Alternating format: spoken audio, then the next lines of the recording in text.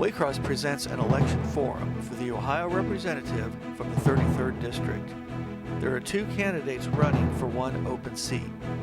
The candidates are, in alphabetical order, Sedrick Denson, Mary L. Hill. Welcome to yet another Waycross election forum. This forum is for the state representative of the 33rd District. I'm Dana Gagnon, Government Programming Coordinator for Waycross Community Media, and I have here in the studio with me Hunter Ellis, who is a student at Xavier University. Hi, I'm so happy to be here. Thanks for co-hosting with me. We have with us in the studio Mary Hill. Thank you so much for coming in and being part of this program. Thank you for inviting me. Mr. Sedrick Denson was invited to participate, but he was unavailable on this evening. So we will start with a 2-minute opening statement. But before we do that, I'm going to take a moment to let the viewers know that if you are watching this program live on October 1st, you can be a part of the program. You can email in your questions to the candidate to live@waycross.org if you're watching it on October 1st. Now, there are a couple rules. If you email in your question, you must include your name, your street address, and your community. We have to make sure that our questions are coming from real people who are going to be voting in this election. But we will only use your first name and the community on the air, not all of that other information. The other rule is that questions must be phrased for all candidates, not targeted at one specific candidate. We reserve the right to rephrase a question if we feel that we can help it meet those rules. And also, due to time constraints, we may have to rephrase a question or not get to one. So if you plan on sending in your question, send it in early in the program to make sure it gets to my iPad here in the studio. So let's go ahead and start with a 2-minute opening statement.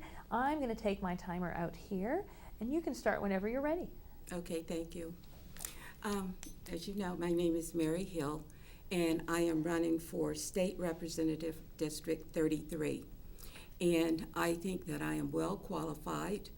And the reason that I decided to run was because I could never get in touch with my state representative. So when the opening came, I hopped in there. I was on the Woodlawn Community Council for 8 years. All of my life I have been in finance, so I think that too is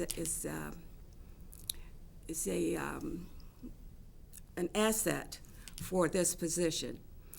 And I ran for mayor, and I was for 4 years I was vice mayor of Woodlawn. And I have 2 children. They are adults. And I am retired, so this would be a full-time position that I would be comfortable with each and every day.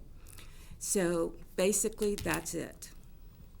All right, awesome. So we want to get you started with our first question here. What do you think are the top 3 issues that are facing Ohio today? The top 3 issues that are facing Ohio today is probably the same issues that are facing the nation today. The defunding of the police, racial issues, and the election that's coming up. But it would be more for the candidates here in Ohio, but the election. And could you elaborate on each of your issues that you've highlighted here? Sure.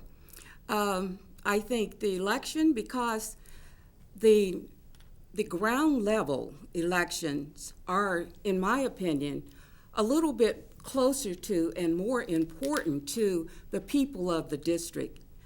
The racial issue, when I'm out campaigning, I am always confronted with it. And I think it's an issue that is not going to go away for a long time. And I think a lot of people are concerned. And I think also that people are being, shall we say, mean to each other because of this issue. And the next thing is, the police, defunding of the police. I am not for defunding of the police. Everyone wears a shoe, but not that shoe fits every foot. So what I'm saying is that there are police departments out there. There are police departments out there that are, shall we say, there's a few bad apples, but you don't throw away the whole bushel of apples because of one or two bad apples.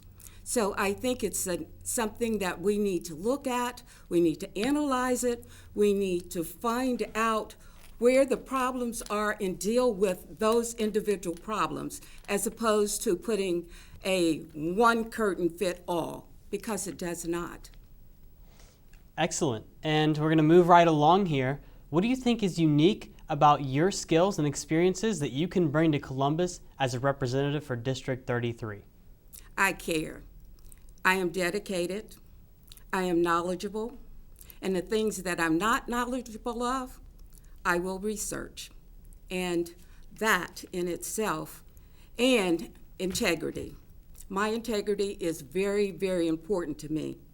And I believe that when you go and apply for a position or are elected to a position, you represent the people there.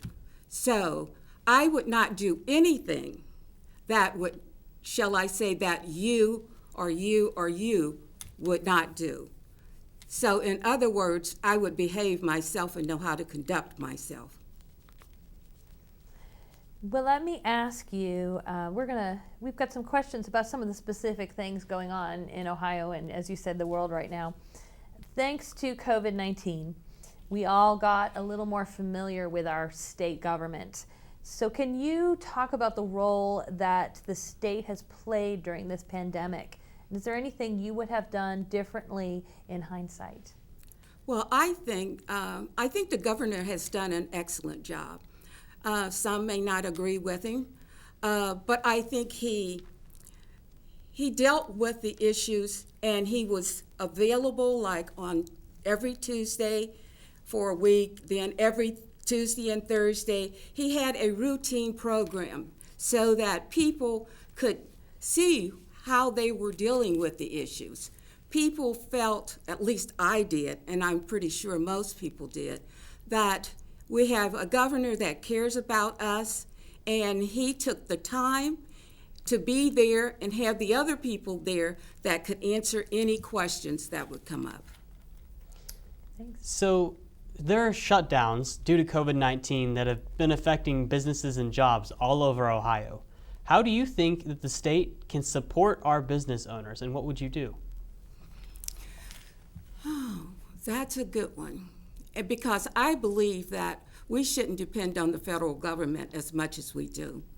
And I think the state needs to come up with some type of program unique to each business, not just one program for all businesses, because each business in itself is unique. So we need to look at those programs that we come up with to say, okay, we're going to do this for your employees, we're going to train them, we're going to help you train them, or we're going to help train them to get another job if they can't go back to work, or if the business closed down, which I hope not, but if the business closed, to do something for those people also. Let's shift topics again, because the state's report card system for rating schools was recently called into question. That's how grades are used to determine if a school is taken over by the state, or if students in that district can use vouchers to go outside the district. So how would you suggest that the state can support school districts while still encouraging high standards? I think the state needs to look at what they're doing and why they do certain things. The voucher system is very, very important to me. That's one of the things that's on my agenda. Because I believe that each student that is appropriated X number of dollars per year, I believe those dollars should travel with that child. I think the parent should have the opportunity to send the child to any school that they think is proper for the child. And I don't think that if a gifted child is in a deplorable school system, that is not going to help that child, nor the future of that child. And what happens is we're in a global society now, and if we think about it, our kids are going to be competing globally with other kids. And if they're not prepared, we're going to be left behind. So do you think that there's new taxes that need to be raised in Ohio to better support our services?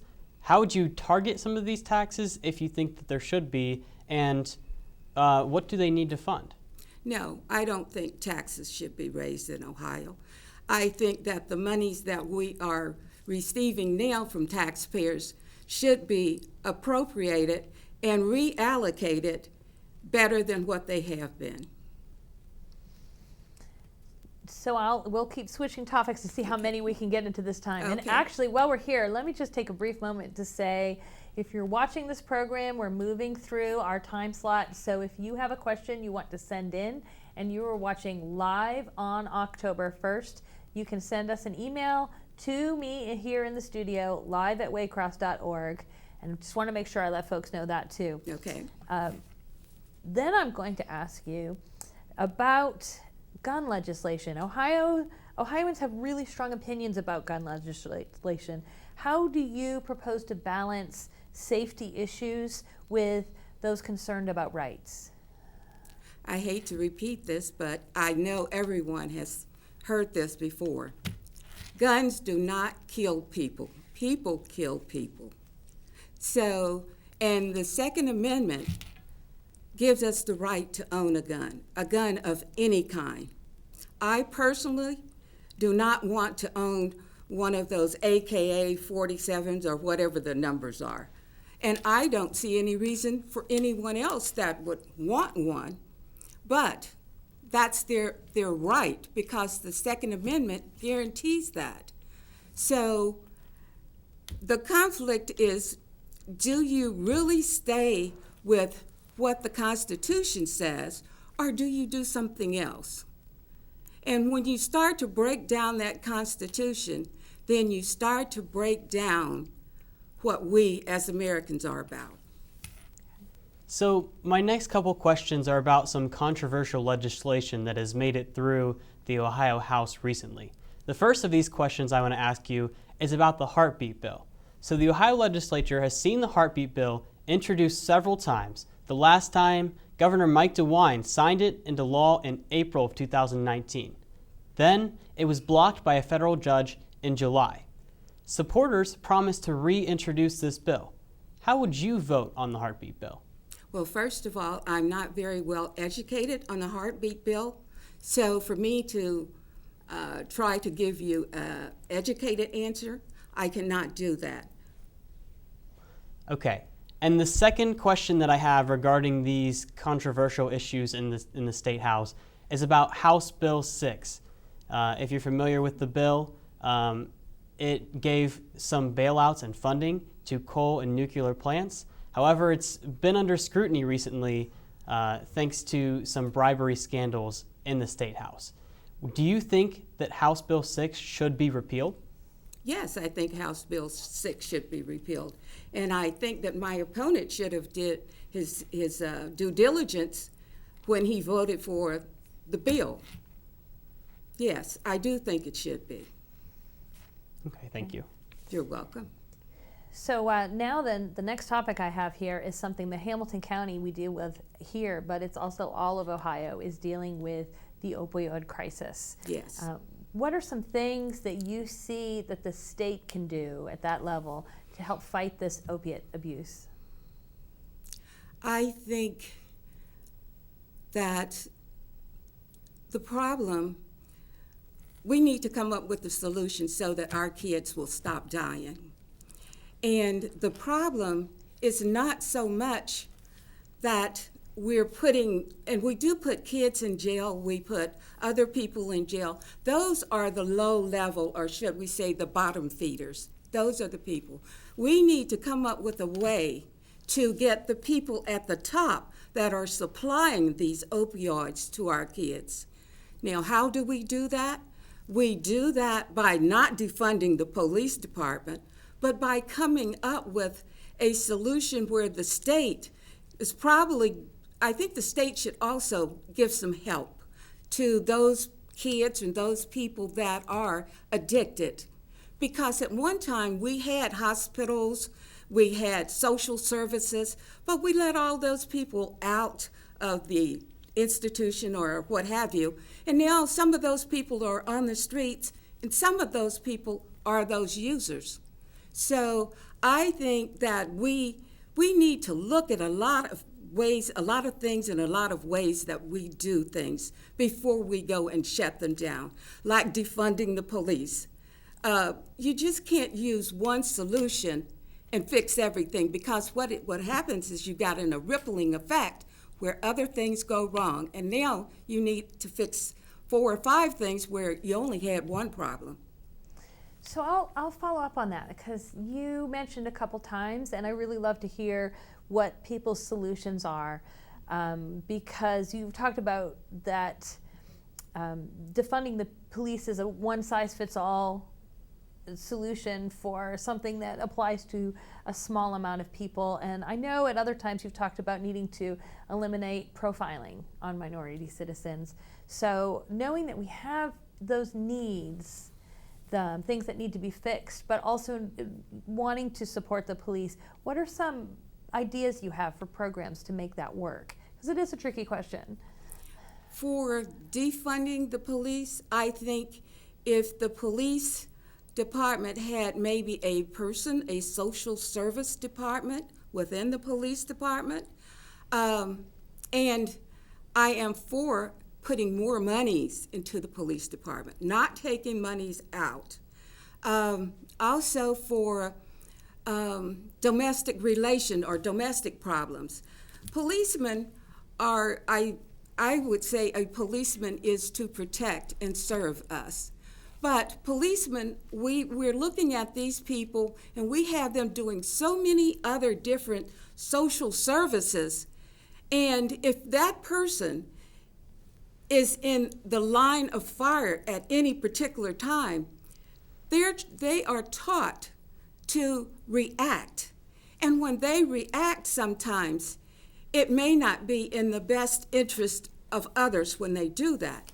But we need to train our police officers to so that they will not respond as quickly, maybe because of the color of a person's skin or something like that. But they need training, but they do not need to be defunded. They need additional training. They need additional, shall we say, departments within the department that can handle some of the problems that are not police related that comes into the department. Thank you for taking some extra time on that, because that's something that sometimes when folks have an answer, it's hard to understand exactly what they're thinking and where they're going with that. Believe it or not, we are getting closer and closer to the end of our time slot. So I want to make sure we don't run out of time for you to do a 2-minute closing statement. So I'm going to take out my timer, and whenever you are ready, you can do that. Okay. I would like for everyone in District 33 to know that I am a very dedicated and sincere person, and I have high standards for any job that I might do. And I will conduct myself in a manner that you will be proud of. I will take the time to research and do my due diligence and find out where there are concerns before voting on anything. I am not the type of person that goes along with the group just because that is the thing to do. I'm not a radical person, but I am a very, shall we say, a very demanding person, because what the position that I am running for is a position that will affect each and every one of you. And I would like for each and every one of you to know my name when someone says, "Who is your state representative?" I would love for you to say, "It is Mary Hill," rather than, "I don't know." Thank you. Well, thank you very much for joining us in the studio today. Your being here will make it a little bit easier on voters who are trying to find out details about the people that they want to vote for. So I appreciate that. Thank you. I also want to thank you for watching this program, because by watching this program, we know that you want to be an informed voter when you go to the polls. If you need more information before you vote in the upcoming election, you can watch all of our election forums online at www.waycross.tv. You can also go to the Hamilton County Board of Elections website, and there you can make sure you are registered. You can look at a sample ballot and see every race and every issue that will be in your precinct, and you can find out where your precinct is. That's your voting location. You have to vote in your precinct. Your deadline to register to vote for this election is October 5th. Early voting starts on October 6th. You can find all those details at the Board of Election website as well. And if you're voting in person, go on November 3rd. I'm Dana Gagnon, Waycross Government Coordinator. I'm here with Hunter Ellis, and we will see you at the polls on November 3rd. Waycross takes no position on candidates or issues. We conduct these forums so that our viewers may be better informed voters for the November 3rd elections.